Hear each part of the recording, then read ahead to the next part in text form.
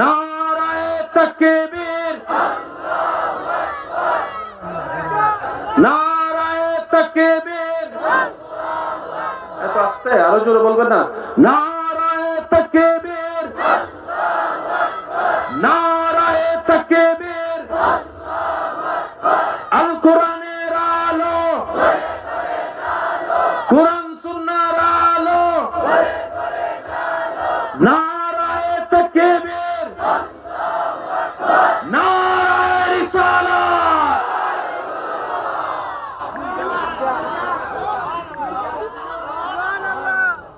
আরেকটু আস্তে করে,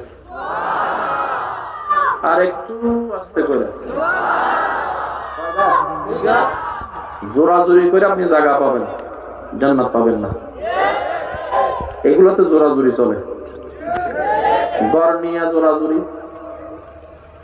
শুনেন, আমরা যে কত বোকা একটু ক্লিয়ার। আপনারা যদি রাগ না করেন তাহলে বলতে পারেন, অনুমতি আছে ইনশাল্লাহ। কারণ আমি একটা হিসাব ভালো বুঝি, সেটা হচ্ছে নিজে বাঁচলে বাঁচেন না। যখন আজরাইল আমার জান নিতে আসবে তখন তো আমার পাশে অনেকেই থাকবে, কিন্তু কেউ তো কিছু করতে পারবে না। লাস্ট রাস্তাটা তো আমাকে ক্লিয়ার করতে হবে, কবরে তো আমাকে একাই থাকতে হবে। আমি হাজার জিনিস শুনি, শুনতে কোনো বাধা নেই, কিন্তু কোনটা মানলে নিজের দুনিয়া কল্যাণ আখিরাতে আলো হবে সেটা নিজের ভালো নিজেকে বুঝতে হবে। জীবন সুন্দর করার সবার ইচ্ছা আছে, ইজ্জতে থাকার ইচ্ছা আছে। সবার কম বেশি টাকা আছে না নাই? ঘরবাড়ি আছে না নাই? গাড়ি ঘোড়া আছে না নাই? ব্যবসা চাকরি আছে না নাই? পরিবার আছে না নাই? কিন্তু মনে শান্তি, এটা শুনি নাই তো। আর একটু জোরে বলেন না। এখানে যদি শান্তি না থাকে, ঘর থেকে আল্লাহ। সেজন্য বুঝতে আমি একটা জিনিস বুঝাই, আমার যারা আমাকে ভালোবাসেন তাদেরকে বলবো,